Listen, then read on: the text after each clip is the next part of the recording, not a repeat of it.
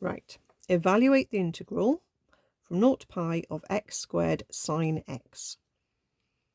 Okay, so it is a by parts question. It is a bit mean because we've got x squared and we've got sine x and we've got limits. Okay, so my u is going to be the x squared and my v dash is going to be my sine x. Let's write the rule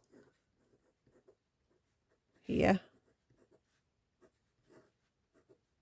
It's in the formula book and I've just put it up there so we can refer to it. So my u will be my x squared.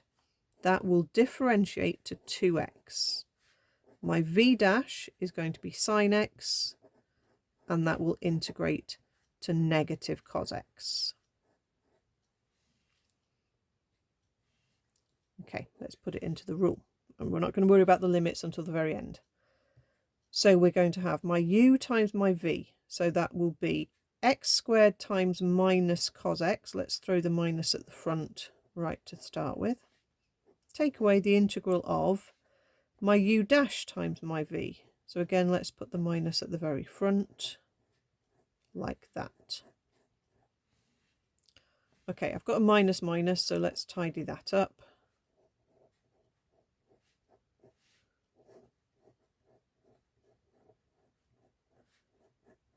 Okay, so what we've got here is still not nice to integrate. It's still got a product in there of 2x terms. So what we have to do is the rule again, the rule within the rule.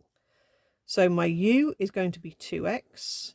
My u dash is now 2. So I know the next time I run through the rule, it's going to be okay because we're now down to a number there. My v dash is cos.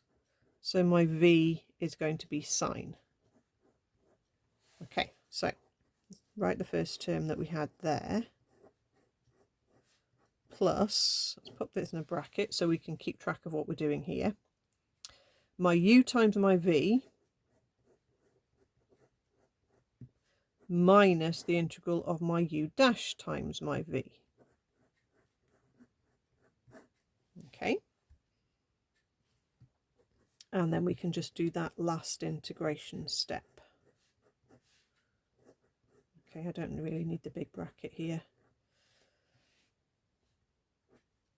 Sine integrates to negative cos.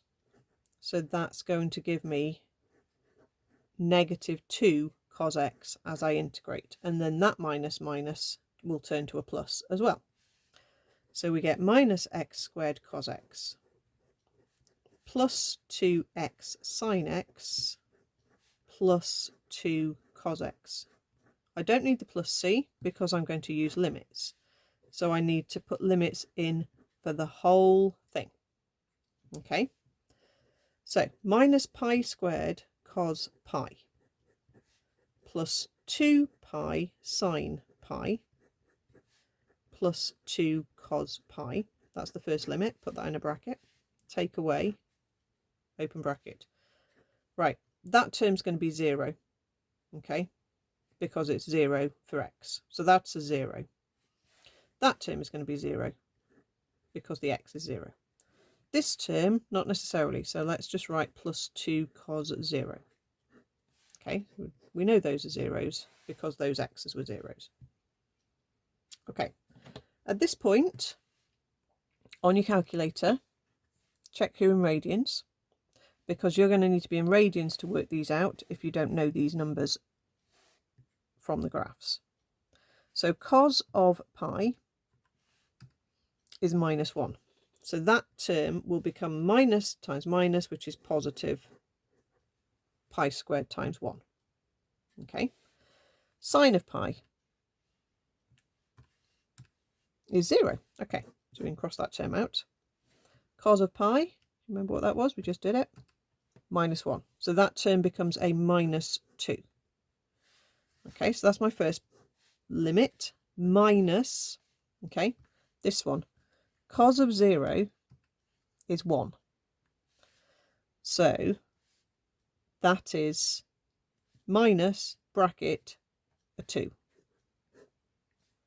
Okay, so we get pi squared, take away 2, which gives us pi squared take away 4. And I'm not even going to put that as a decimal because that's a nice answer as it is.